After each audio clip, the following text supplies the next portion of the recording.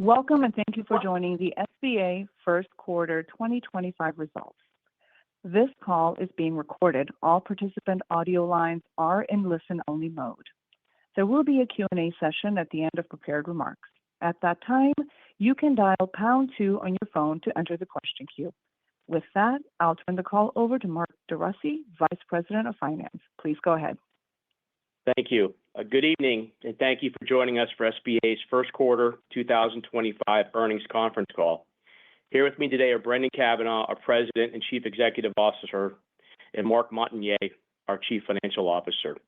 Some of the information we will discuss on this call is forward-looking, including but not limited to any guidance for 2025 and beyond. In today's press release and in our SEC filings, we detail material risks that may cause our future results to differ from our expectations. Our statements are as of today, April 28th, that we have no obligation to update any forward-looking statement we may make. In addition, our comments will include non-GAAP financial measures and other key operating metrics. The reconciliation of and other information regarding these items can be found in our supplemental financial data package, which is located on the landing page of our Investor Relations website. With that, I'll now turn it over to Brendan. Great. Thank you, Mark, and good afternoon. 2025 got off to a good start in the first quarter. Results were broadly in line with our estimates, and activity levels continued to demonstrate a healthy level of growth. In the U.S., our mobile network operator customers continued growing their level of network investment around our macro tower sites. We had our best quarter going back several years in terms of new domestic leasing business signed up during the quarter. Most encouraging, though, is that our leasing backlog also grew from December 31st, meaning we are adding new applications at a greater pace than we are signing up new business. This bodes well for the balance of the year. We also continue to see a higher percentage of our new U.S. leasing business coming from new lease co-locations versus amendments to existing leases. And our U.S.-based services business had a great quarter as well, with activity levels and results ahead of our expectations.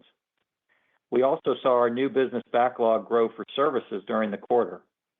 And as a result of the strong start to the year and our growing backlog, we have increased our full-year outlook for services. In our international markets, we also saw a positive start to the year with solid leasing activity.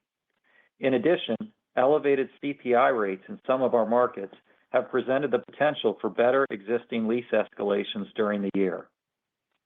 Across our markets, our customers have many network goals, which will require continued investment. Macro sites remain the most effective and cost-efficient way to advance wireless coverage and deploy new spectrum and technologies. Our portfolio is well-positioned to capture growth from these initiatives over the next several years. In addition to our operational achievements during the quarter, we also made progress in the areas of portfolio management and capital allocation. During the quarter, we completed our exit from the Philippines, and on last quarter's earnings call, we announced our planned exit from Colombia. We were able to finalize the required steps to complete this exit and formally sold our Colombian operations prior to quarter end. These steps have allowed us to improve our focus and allocation of resources. We continue to evaluate all of our operations to identify ways to improve our market positioning or gain further synergies. In addition, during the first quarter, we closed on a small portion of the Central American sites previously put under a purchase agreement with Millicom International. While there are numerous regulatory and diligence steps remaining, we will continue to explore opportunities for additional early closings. Against the backdrop of the current uncertain macroeconomic environment and the resulting market volatility, the stability and consistency of our company and our business stand out. We have not experienced, nor do we foresee, any direct impacts from the current tariff policies. Our business continues to generate steady cash flow, and the underlying needs of our customers remain robust. As a result, we have significant confidence in our company and our future. Subsequent to quarter end, we have demonstrated that confidence by repurchasing 583,000 shares of our stock at an average price per share of $210.87. We have also announced today that our board has approved a new $1.5 billion share repurchase plan supporting our ability to return significant value to our shareholders. The combination of this plan and our industry-leading dividend growth provide a direct line of shareholder returns, while our existing capital structure allows us the flexibility to still pursue meaningful asset investment opportunities. We are very well positioned. For the balance of 2025, SBA will be focused on operational execution, driving efficiencies in our processes, particularly through the incorporation of new technologies and systems, enhancing our relevance to and relationships with our largest customers, and bringing a balance of entrepreneurial spirit and informed financial discipline to capital allocation and expansion. Some of these focus areas may seem straightforward or mundane, but our ability to excel in each of these areas will be what sets SBA apart from our peers. The wireless ecosystem will continually evolve, providing new opportunities for those willing to take them. I believe we have the people, experience, and DNA makeup to maximize these opportunities. Before turning it over to Mark, I'd like to thank our team members who represent that experience and DNA. Our team members represent SBA well every day and continually put the goals and objectives of our customers first. I look forward to sharing our progress with you throughout the balance of the year. With that, I'll turn it over to Mark, who will provide additional details on our results. Thank you, Brendan. Given the solid start to the year, we're increasing our full-year outlook for all key metrics, including site leasing revenue, tower cash flow, adjusted EBITDA, AFFO, and AFFO per share as compared to our initial 2025 guidance. The primary drivers of these increases include inline first quarter result, the closing of a small portion of the acquisition of towers from Millicom earlier than expected, an improved outlook for services, slightly higher straight-line revenue due to the extension of some leases, and a reduction in the share count from recently completed buybacks. First quarter domestic organic leasing revenue growth over the first quarter of last year was 5.2% on a gross basis, 1% on a net basis, including 4.2% of churn. $20 million of our first quarter churn was related to the Sprint consolidation, which we anticipate to be approximately $50 to $52 million for the full year 2025. Our previously provided estimate of aggregate Sprint-related churn over the next 7 years remain unchanged. Beyond 2025, we anticipate approximately $50 million in 2026 and $20 million thereafter. Non-Sprint-related domestic annual churn continues to be between 1% and 1.5% of our domestic site leasing revenue. During the first quarter, 80% of consolidated cash site leasing revenue was denominated in U.S. dollars. International organic leasing revenue growth for the first quarter, which is calculated on a constant currency basis, was 1.6% net, including 5.6% of churn or 7.2% on a gross basis. Total international churn remained elevated in the first quarter due mostly to carrier consolidation. We believe that post-carrier consolidation in some of our international markets, the remaining wireless operators will be stronger and in a better position to invest for the long term. This will support a steady growth rate for our operation in those countries. During the first quarter of 2025, we acquired 344 sites for total cash consideration of $58 million, mostly related to the acquisition of sites from Millicom in Nicaragua. The contribution to the 2025 outlook from closing earlier than previously assumed is $4 million of site leasing revenue and $3 million of tower cash flow. The remaining 6,700 sites related to the Millicom transaction remain under contract, and the guidance continues to assume a September 1st closing date. The closing date is dependent upon regulatory approval and other requirements and may differ from this date. We also built 67 new sites in a quarter, mostly outside of the U.S. Our balance sheet remains strong, and we have ample liquidity from both cash on the balance sheet and a fully undrawn $2 billion revolver. The recent share buybacks were funded fully with excess cash and did not require any borrowing. Our current leverage of 6.4 turns net debt to adjusted EBITDA remains near historical low. As of the end of the first quarter, Our weighted average interest rate was 3.7% across our total outstanding debt, and our weighted average maturity was approximately 4 years. Including the impact of our current interest rate hedge, the interest rate on 98% of our current outstanding debt is fixed. And finally, our next debt maturity is a $750 million ABS security due in January of 2026. Now, let me turn the call over to Mark. Thank you, Mark. We ended the quarter with $12.5 billion of total debt and $11.8 billion of net debt. As Mark mentioned, our net debt to annualized adjusted EBITDA leverage ratio was 6.4 times, below the low end of our target range. Our first quarter net cash interest coverage ratio of adjusted EBITDA to net cash interest expense remained strong at 4.9 times. During the second quarter, we repurchased 583,000 shares of our common stock for $123 million at an average price per share of $210.87. On April 27th, 2025, the company's board of directors authorized a new $1.5 billion share repurchase plan, replacing the prior plan that was authorized in October of 2021, which had a remaining authorization of $82 million. This new plan authorizes the company to purchase from time to time up to $1.5 billion of our outstanding Class A common stock. The new plan has no time deadline and will continue until otherwise modified or terminated by the board of directors. In addition, during the first quarter, we declared and paid a cash dividend of $122.3 million, or $1.11 per share. And today, we announced that our board of directors declared a quarterly dividend of $1.11 per share, payable on June 17, 2025, to shareholders of record as of the close of business on May 22, 2025. This dividend represents an increase of approximately 13% over the dividend paid in the second quarter of 2024 and approximately 35% of the midpoint of our full-year AFFO outlook. Operator, we are now ready for questions. As we move to Q&A, please dial #2 to enter the question queue. Your name and affiliation will be announced when it's your turn to speak, and your line will be unmuted. You may ask your question at that time. And our first question comes from Jim Schneider, Goldman Sachs.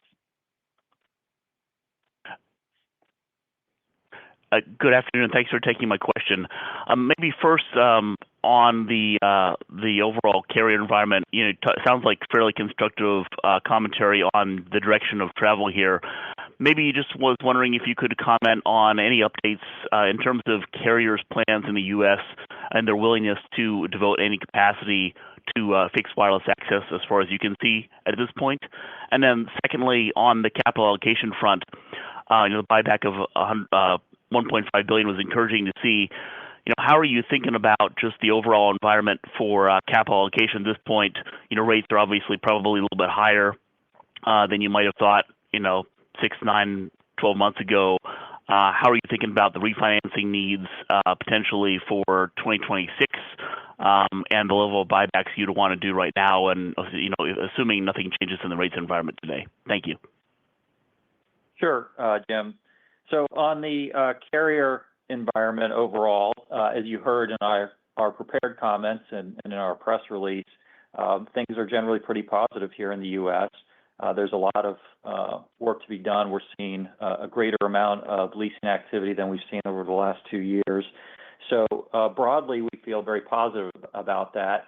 And the fact that the backlogs continue to grow is an indication that there's still a lot of work to be done. And so that's, as I said in my comments, that's perhaps the most encouraging thing. In terms of the specifics of what they're focused on and fixed wireless access, our belief is that fixed wireless access is certainly a contributing factor. When you look at our customers' recent reports on their own results, you saw that that's where a significant portion of their subscriber growth is coming from. We know that that is a very heavy broadband consuming product, and therefore it drives a lot of usage of the capacity of the network, and therefore would be a driver of the need for incremental investment in their networks and infrastructure. So, I can't tell you specifically because it's using the same frequencies and spectrum, generally speaking, as their mobile network, but we do think it's a driver, and there are many drivers, so we just feel good about the pickup in activity. On the second question around capital allocation, the rates are certainly staying higher here for longer, it's hard to say for sure, obviously, in the current environment as to when we'll see rates moving lower, if we'll see rates moving lower.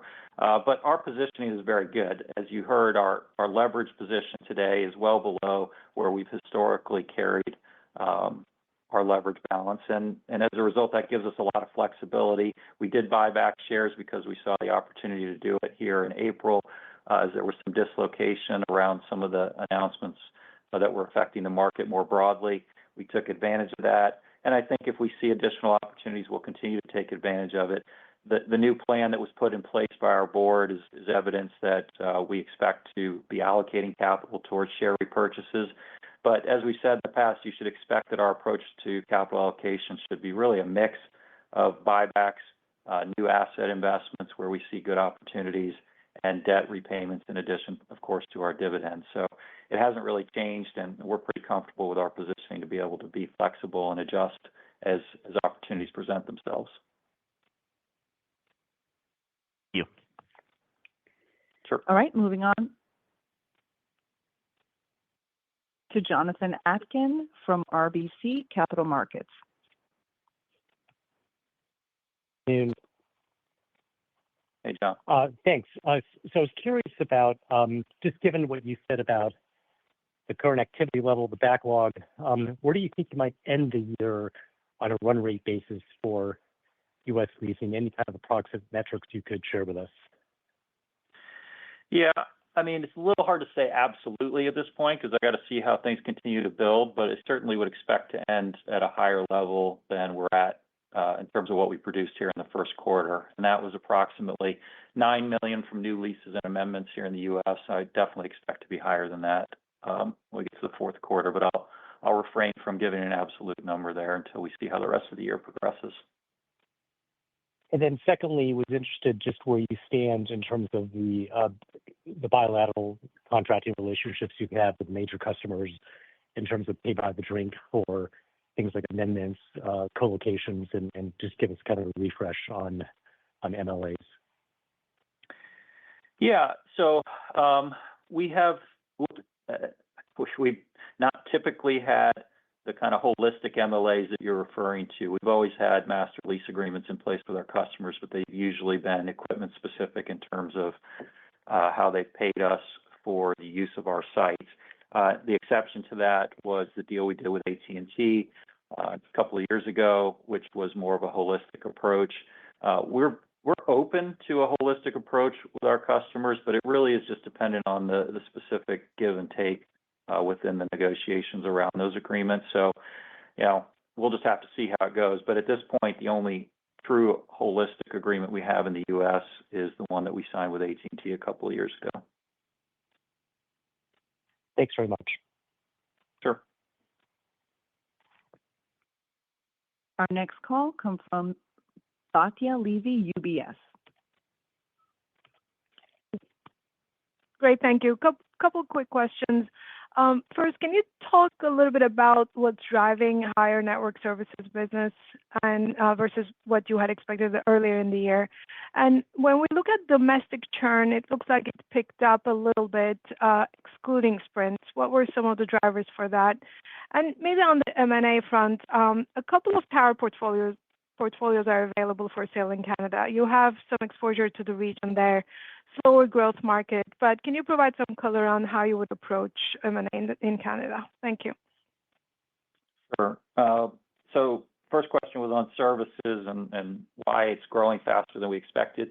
Really, it's as simple as one of our customers in particular just operating at a much faster pace than we had even expected here in terms of their network investments. And so, we're just seeing them, frankly, just move quicker. It's kind of that simple. And I would expect, based on the backlogs growing, that they'll continue to keep a fast pace during the rest of the year. And that's why we raised our outlook for the full year. So we'll continue to try to meet their needs and keep up with them. On the U.S. churn, you said it was growing. It's basically in line with what we put out at the beginning of the year. So I don't think it's beyond what our expectations were. I don't know if you're asking about, year over year. but No, it's I guess it's within the range you've given. It's just picked up slightly versus the last 2 quarters. Maybe, it used to be around 1%. I think that's really just a timing thing. If you look at our full year outlook, we didn't change it, and I think the implied percentage for the full year for the U.S. is around 1.2%. So it was 1.4% in the first quarter. So you should take that to imply that it'll be a little bit lower at other points during the rest of the year. And then on the Canada side, really we approach that the way we approach most major M&A opportunities and portfolios that come to market anywhere really around the globe, particularly obviously in the markets where we already have operations.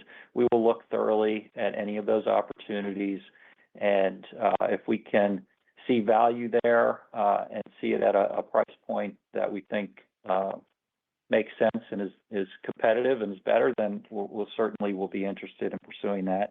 I think you've heard us talk about our approach to our international markets over the last year or so in terms of what we'd like our positioning to be. Obviously, in Canada, if you have the mobile network operators up there divesting of their towers, whoever ends up buying those will certainly be in a lead position in terms of their size and scale in the market. So that would be something that we would consider in our analysis of any deal. But at this stage, you should expect that we'll look at any opportunities that come to market, and I can't say whether it'll work or not, but if it does, it's something we will certainly pursue. Got it. Thank you. Next caller, Walter Piecyk, LightShed.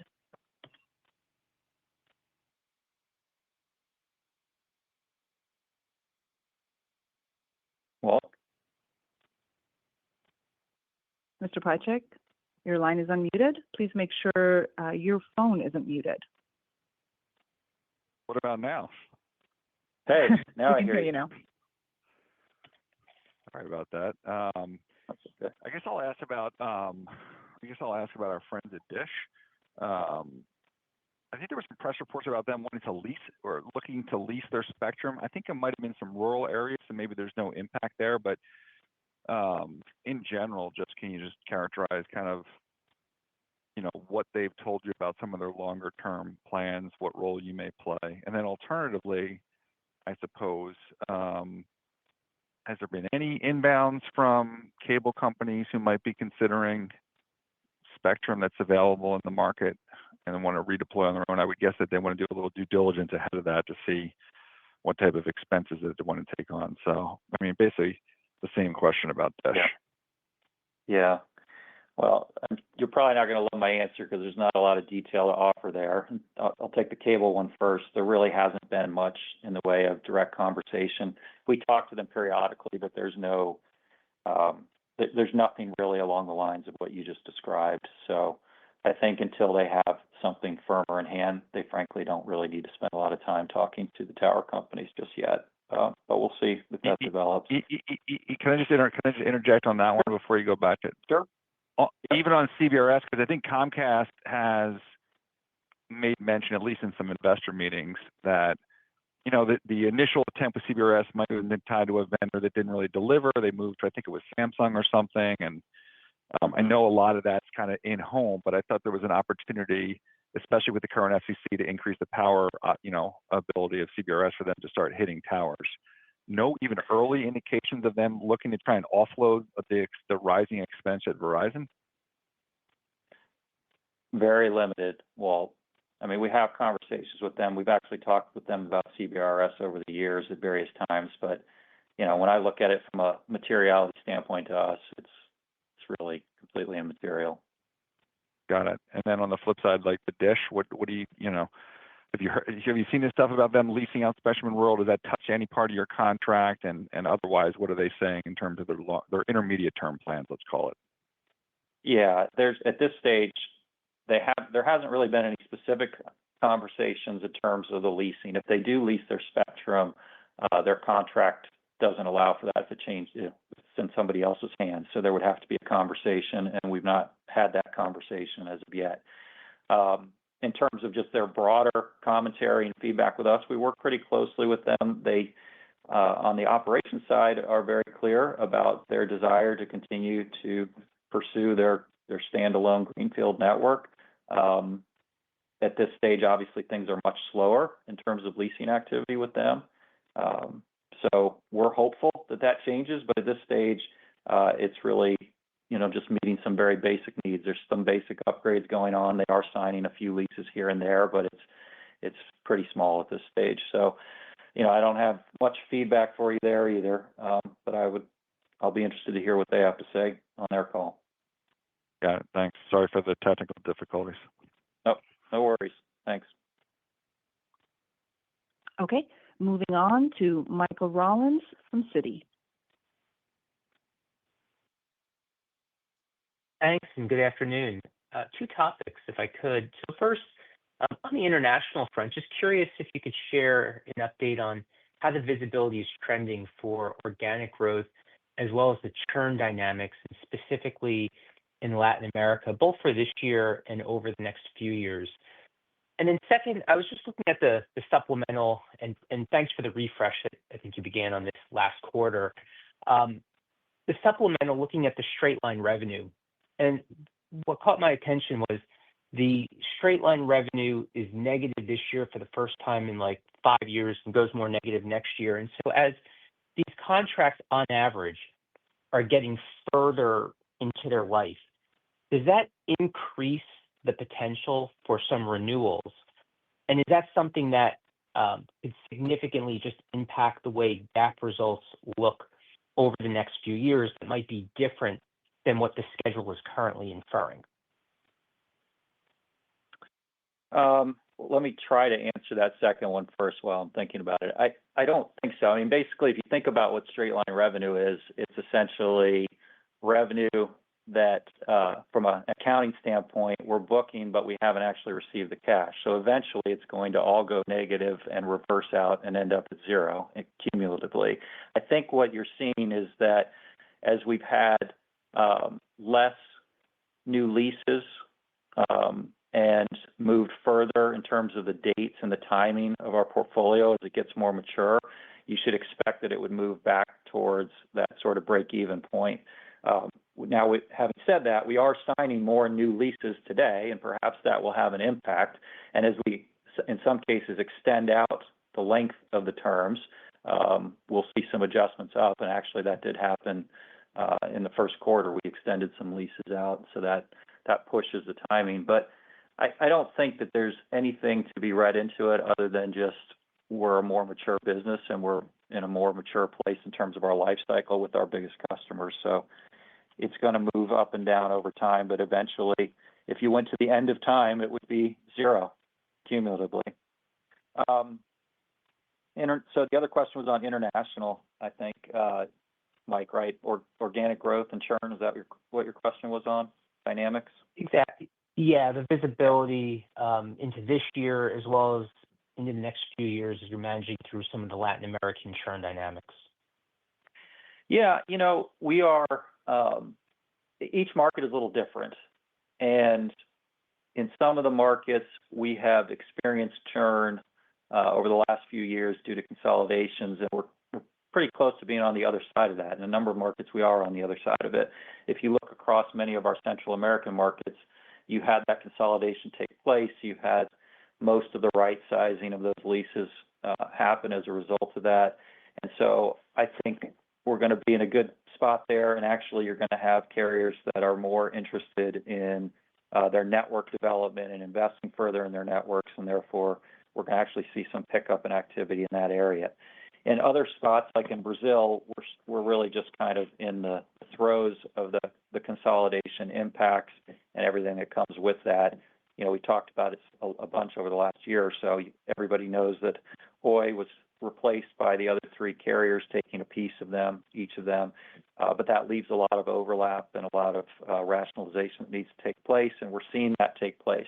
We're also still seeing the impacts of the Nextel acquisition by Claro, and that was done years ago. So, I would say for the next few years, we probably will see some elevated churn internationally as a result of those dynamics. And that, I think the hidden cost of that is not just the churn, but it is the fact that rationalization takes a lot of the focus of the existing carriers, and so the organic growth in terms of new lease up is also impacted, I think, a little bit by that. So, I would say the next few years will probably be a slower growth period in Brazil in particular, which is the lion's share of our international business. But as we move beyond that, based on what we've seen in other markets, including the U.S., by the way, I would expect there to be an acceleration of leasing activity as we start to get further down the maturity cycle of that process. Thanks. Sure. And before we move on to our next caller, just a reminder to our audience, if you'd like to ask a question and enter the question queue, please dial #2 on your telephone keypad. Next caller is Matt Niknam from Deutsche Bank. Hey guys, thanks so much for taking the questions. Just two, if I could. First, on the macro front, I'm wondering if sales cycles, conversations with carrier customers, particularly in the U.S., are lengthening at all, or are you seeing carriers even potentially reevaluating spending plans in light of what's developing into a choppier macro backdrop? And then just secondly on the U.S. as well, if you can give us any color on the mix of colo relative to amendment for new leases signed in 1Q and how that compares to prior quarters. Thanks. Yeah. So the answer to your first question, Matt, is we have not seen an impact on any of our sales or leasing discussions with our customers. But I also think that it is pretty fresh, and it's not something that I can swear won't take place, over the coming months. I do feel very good in the sense that we obviously have no direct impacts from tariffs. Our carrier customers have limited relative to most companies here, international companies, obviously in particular. The impacts on our carrier customers are very limited. So I think we're not going to see a lot because there's still such significant network needs, and there's a competitive dynamic that exists among our customers that I think is also favorable to continued investment. But we'll have to see how the macro environment around this topic evolves and where it ends up going. And obviously, there's a possibility that it has an impact. But as of today, we've not seen any of that. And your second question was colos versus amendments, right? That's right. Yeah. So we've definitely seen a pickup in the colocations. That started last year, and it has continued into this period now where we're seeing the vast majority, actually, of new revenue added in the U.S. coming from new lease colocations versus amendments.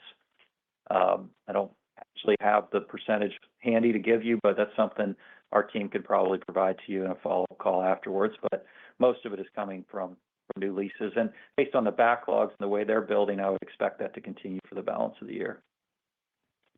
Thank you.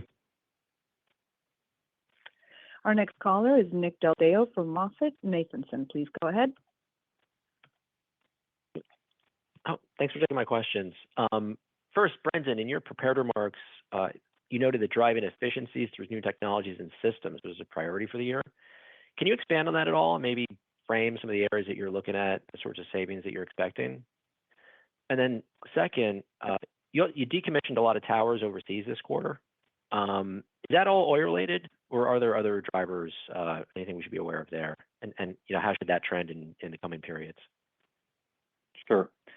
Yeah, so on the efficiencies, we are, this is stuff that you should expect that we would be doing anyway, Nick, but I call it out because it's an internal focus area that we are definitely spending some time on. We have a number of new systems that we are putting in place in various areas of our business, some on the operational and front-end side around leasing, others around back office operations, including our ERP system is getting a total refresh. And as we do that and we incorporate AI and other things into the solutions that we're providing, we will look for efficiencies in the way that we run these processes. And I think through that, we will actually gain not only cost savings, but opportunities to drive additional revenue sources as well. It's too early at this point to probably quantify that for you, but over time, I would hope that I'll be able to give you some idea of places where we've actually realized real savings that make an impact on the financials. Only because you mentioned, Yeah. oh, sorry to jump in. You mentioned the Yeah, no, that's ERP system. I know sometimes that's been problematic for some companies when they change that out. Do you feel comfortable from a risk profile? Because that's typically a big change for folks. I do. It is a big change, and it's actually a multi-year project, but I feel very good about where we are today and the progress we're making on that. But yes. I feel Okay, good. No worries. Yeah. Okay. And then the decommissioning question?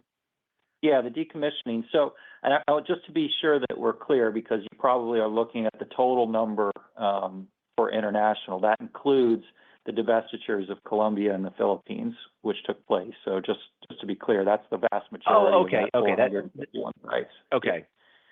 Yeah. Got it. Okay. So if you strip that out, though, we are decommissioning some sites, primarily in Brazil, and that is, it is in association with the Oi consolidation, where we're seeing places where we have naked towers that we don't think have much promise. In those cases, we'll take those towers down to save the cost. But most of that number is the sale of those two countries. Okay, great. Thank you, Brendan. Sure. Next question is from Eric Luebchow from Wells Fargo. Please go ahead. Thanks for taking the question. Brendan, I think you talked a little bit about the increasing colo mix in your backlog. Any sense for you have for how much might be related to regulatory requirements that certain carriers have that have a specific time that need to be deployed versus kind of any early signs of densification in your footprint from early mid-band deployments? Yeah. Well, first, since you gave me the opportunity here, go back and answer Matt's question on the actual percentages. It was about 75% of the new leasing business signed up in the first quarter in the U.S. came from colos as opposed to amendments. So then to your question, it's a mix of things. Definitely the regulatory requirements is a part of it. And I only know that with confidence because when we look at, at least one of our carrier customers and we look at the locations and sort of the more rural nature of some of those, that gives us a pretty good sense of what they're trying to accomplish there. But it's really hard to say in every case because, they have real network needs in all these different spots. And so whether it's for a commercial reason or a regulatory reason, sometimes we don't have that clarity. But I would expect that we'll continue to see a balance of both of those factors as a driver. Okay, great. Appreciate that. And on the services guide uplift, I believe you over-indexed to one carrier in particular there. So would you attribute that uptick to that customer, or is it a little bit more broad-based than that? And I guess, do you think there's any correlation here between the services upside and some of the higher leasing activity that you've talked about in your backlog? Thanks. Yeah, I do think that there is a correlation to the leasing, at least a little bit, because most of the work that we're doing, virtually all the services work we're doing now is on our own tower sites. So it's definitely tied into leasing activity. And yeah, I mean, we do have a significant percentage of our services business with one particular carrier, but the increase, at least proportionally, among them is more broad-based. But obviously that one customer makes up a bigger percentage, and therefore, as they get busier, that makes more of an impact to our outlook. Thanks, Brandon. Sure. Our next caller is Brandon Nispel from KeyBank. Thanks for taking the question. Brendan, I want to go back to your comments around new bookings and backlog. From a historical standpoint, what period is most comparable to the new bookings you saw this quarter? And then I was hoping you could help us contextualize what the book-to-bill ratio looks like today. Thanks. Sure.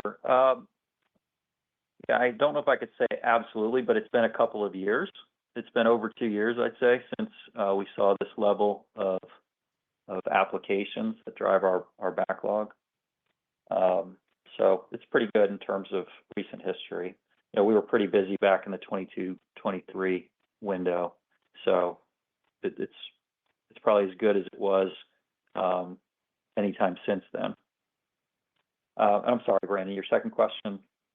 I was just curious on, book-to-bill backlog and sort of what that looks like today. Yep. Yeah, it's still, because of this shift in the mix to new leases, it's obviously more elongated than it's been historically. It's typically a 6 to 9 month for a new colo. We've seen a little bit of improvement in that. It's probably been a little bit shorter than that on average, at least this far into the year, which is not that much history, but they're turning them around a little bit quicker and getting them deployed quicker. So, let's say 3 to 9 months just to kind of hedge it. Every lease is a little bit different, but that's the typical range. Great. Thanks for taking the questions. Sure. Moving on to Mike Funk from Bank of America. Thank you all for the questions today. So first one, just, what do you attribute the increase in new leasing activity from the carriers based on your conversations with them? And then any maybe split between the carriers would be helpful as well. And then second one, kind of more bookkeeping. You mentioned during the remarks that CPI rates have a potential for better escalators throughout the year internationally. If you can quantify, that'd be helpful. Yeah. So, the increase, I don't want to get too specific by customer in terms of what they're each doing. I think you can look at their own reports and get a sense of the things that they're focused on that would be the logical drivers of activity in terms of leasing on macro tower sites. But it's broadly increased subscriber activity, certainly certain product offerings that are more network bandwidth intensive, such as fixed wireless access. There are some regulatory requirements, which we referred to a moment ago, for at least one of our customers, that's T-Mobile, who has some need to meet obligations in terms of downlink speeds and coverage that they committed to as part of the Sprint acquisition. So that's ongoing as a driver as well. So there's a variety of things. I think, we'll continue to see a mix of those things, but overall it's going to be strain on the network and competitive pressures between the carriers. And on the CPI question, particularly in Brazil, we've seen an increase in the CPI rates down there. We'll have to see whether that holds up. We obviously didn't raise our outlook around international escalator contributions for this year, but if we continue to see elevated CPI rates down there, there's a potential that we would actually be able to raise our leasing outlook. And we're really talking about on our total for the full year, you're talking about $1 million or $2 million of impact. So it's not a massive number, but as a percentage, it's a reasonable contribution increase. Great. Thank you for the question. Sure. All right. Moving on to Ric Prentiss from Raymond James. Hey, good afternoon, everybody. I think I messed up my pound two here. I appreciate the questions. Sure. First question, I want to follow along the lines. A lot of people touched on the co-location amendment. Appreciate the 75-25 for 1Q number. Was that revenue-based, I assume, instead of application-based? Because I would expect new co-locations come in at a significantly higher amount of revenue than an amendment. Yes, that's revenue-based dollars. Okay, which also then leads to activity. Also, associated with that, kind of looking at new co-locations versus amendments, what's your outlook as far as when new spectrum, not just secondary like Walt was asking about, but when new spectrum could be found, auctioned, and put into the system that would drive more spectrum deployments instead of having to split sites? Any update from Washington that you're seeing on the spectrum front and when we might see some blocks come out and when they might show up on your towers? Yeah, I don't obviously have any insight that is specific to when you're going to see it, but the general commentary that we get back in the conversations that we have and that our industry association, WIA, has, is that there's definitely much more of an interest in this administration and the FCC to get new spectrum out there and auctioned off. And so we're encouraged by that. I think even if they get that done in relatively short order, by the time it gets cleared and is available and then is actually deployed, I mean, you're talking, 4 or 5 years from now, probably, before we would see an opportunity for increased leasing activity as a result of that, Rick. So it's a ways off, but the faster that we get it done and out there, get this process started, the quicker we can get to that point. So we're definitely pushing for that from our industry. Right. Industry could definitely use some more spectrum, but it's going to take time, which means we should probably count on co-locations more so than amendments being the trend, it feels like. Yeah, which obviously isn't bad. I mean, we're fortunate in terms of where we're placed in the ecosystem, and that if you don't have the spectrum, the only solutions you've got are to densify your network, and that typically means more locations for us and more equipment, which is a good thing. Okay. Last one for me, obviously good capital allocation, jumping on the dislocation in the stock price. But when you think about M&A that might be out there, and Vacha asked about the Canada towers, but are you still seeing private multiples being well above or just above what the public multiples are going for? And kind of how is that still impacting the ability to compete and win for external towers? Yeah, we are still seeing that. If you're talking about the U.S., because there is a limited supply of potential assets, and there are a lot of people very interested in acquiring U.S. towers, when those opportunities come about, the private valuations are much, much higher than the public valuations, and that makes it a challenge for us. Internationally, in some of our emerging markets, we've seen that rationalize a little bit more, but what you're actually seeing is very few assets trading hands at all. So I think what's happening is sellers are not getting interest at the levels that they'd like to, or that perhaps they were getting in the past, and buyers aren't willing to come up to those levels. So you end up having deals just not trade. So I'm feeling better about there being a little bit of rationalization in most of the international markets, although I'm not seeing that so much in the U.S. And hopefully we will see that kind of balance out, because I think it'll be good in terms of the health of the overall industry if we have more rationality brought to some of these analyses. You can't have cost of capital rising the way that it has and have no change in the approach that people take to valuing these assets. So hopefully we'll start to see that. Makes sense. In the U.S., that much, much higher. We're thinking mid-20s, high 20s, even into the 30s. Is that kind of what we're seeing out there? Yeah, I mean, it just depends on portfolio to some degree, because the maturity of it makes a difference. But we're definitely seeing assets that are trading in the mid-30s, some cases even higher. Wow. Great. Yeah, well, appreciate it. Thanks, guys. Sure. All right, moving on to Ben Swinburne from Morgan Stanley. Thanks. Good afternoon. 2 questions. Brendan, we touched on it in a few of your answers. Can you give us a sense of your visibility into, sort of the full year domestic site leasing growth? Should we look at the activity, the service revenue growth, and the mix shift to co-locations as adding to that visibility? I just want to get a sense, sitting here at late April, sort of the line of sight into the improving revenue trends in the domestic business as we look through the rest of the year.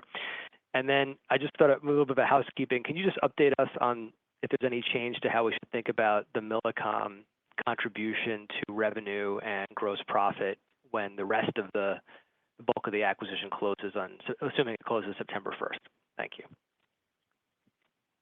Yeah, so we do break out in our press release our outlook for the contribution to leasing that we expect during the full year. And the range that we set for that for the U.S., we did not change after this quarter. It's only been 2 months since we gave that outlook originally, and I think at this stage, while my commentary is accurate in terms of the accelerating pace, and that we're feeling very good about it as the backlogs have been bigger and the lease-up was a little bit ahead of pace. I think that it's a little early to think that we're going to be outside of the range that we gave. But we'll see where we are next quarter. We'll certainly have a much better sense by then as to whether there's an opportunity to beat the range. But, perhaps we'll be more towards the higher end of the range if things continue on this track. So stay tuned on that. At least we're talking about it being towards the higher end and not towards the lower end. That's a good sign.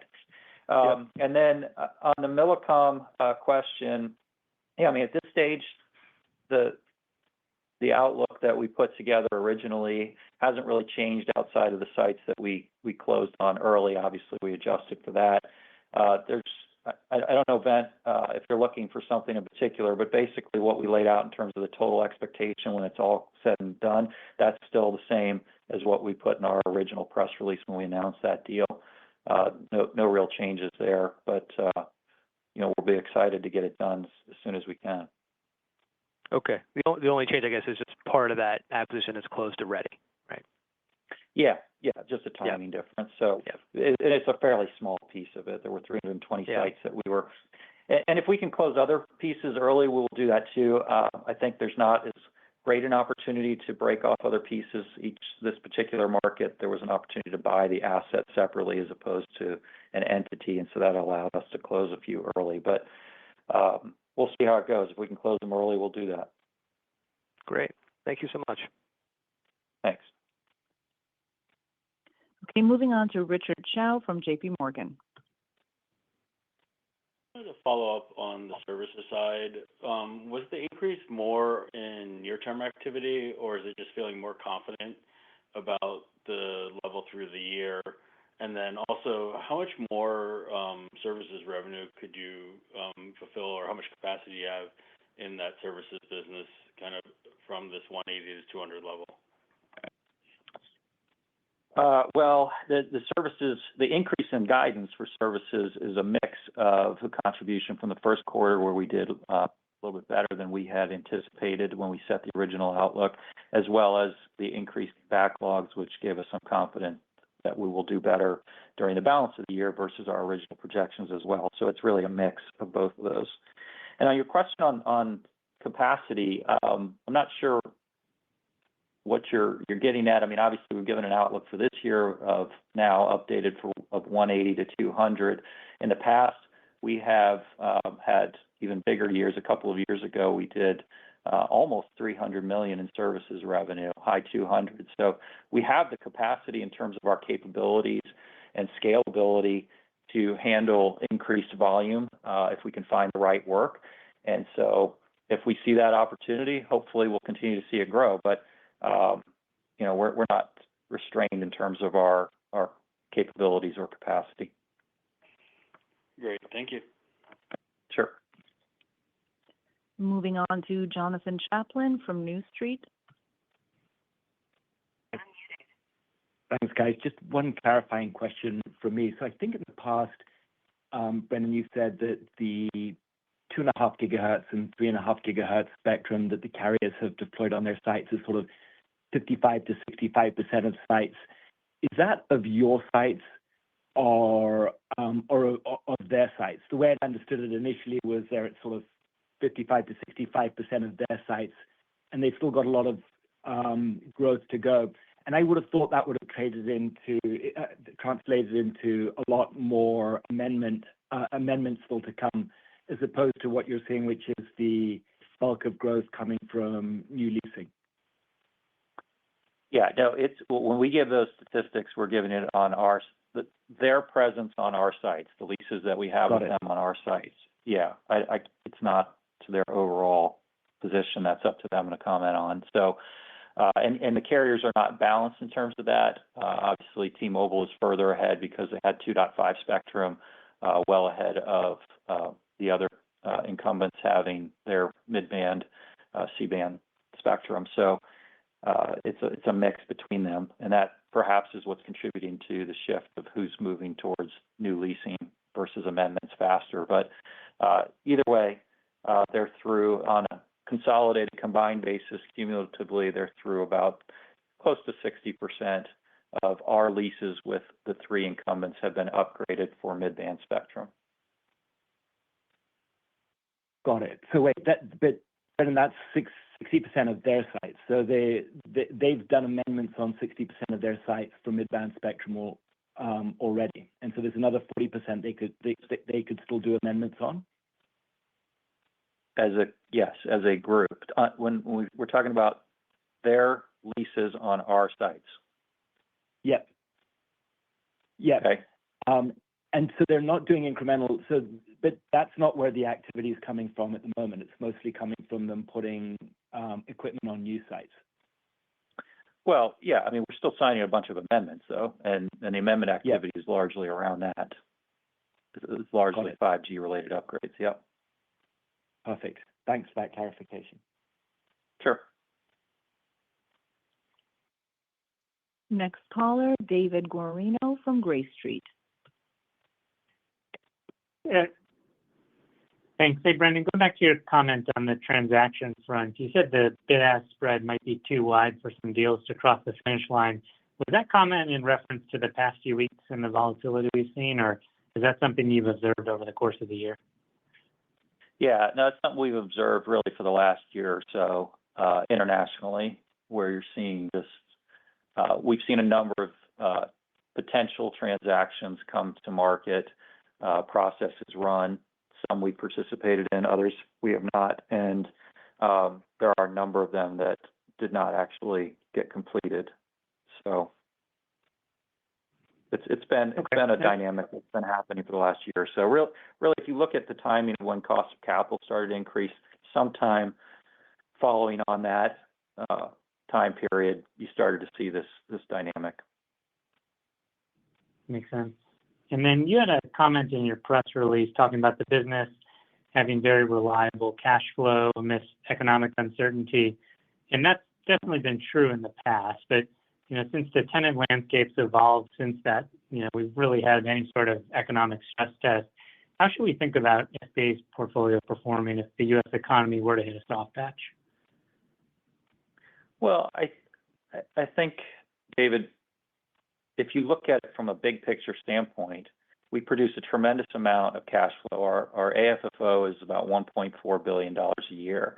And even if there's softness in the U.S. or anywhere else, you're talking about a variation of leasing activity and incremental dollars being added that is relatively small in the big picture of the cash flow that we're able to produce, the amount that we're able to return back to our shareholders. There's no risk to our ability to continue to operate or, in quotes, I'm saying, sell our product. It's already been sold. It's already happening. So we're talking about impact happening on incremental additions. And right now, it's a positive environment, and that's great. But even if things were to slow down, you're talking about fairly small amounts.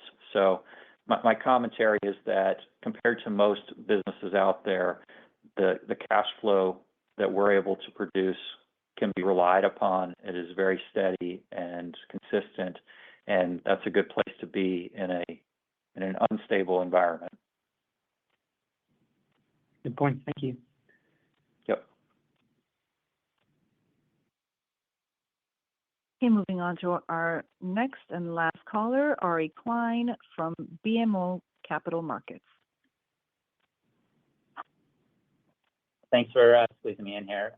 The commentary on domestic leasing activity and signings continues to get better. Based on the conversations with carriers, is that something you expect to continue to accelerate and maybe build here for the next couple of years, or does it level off kind of in the range where you're at now? I think that's a hard question to answer, to look out multiple years. We've seen this play out over decades of being in this, and there are some periods where the carriers are busier than others, but it tends to move in cycles as different events happen. And I think if you look out over the coming years, This year we're obviously feeling very confident and excited about the level of activity as it's continued to increase based on the specific drivers that are in place today. That there are a number of factors that could come along that cause that to slow, and there are factors that could come along to cause that to increase. As we look out longer term, we know that there will be new spectrum that's eventually made available, and that will be a driver of increased activity. There's eventually a 6G cycle that will take place down the road. And so, over time, I feel very good that there will continue to be cycles of investment in networks by our customers, and we will be a beneficiary of that. But to say from one year to the next whether this year is going to be a higher or lower year, it's hard to say without with too much precision if we look out multiple years.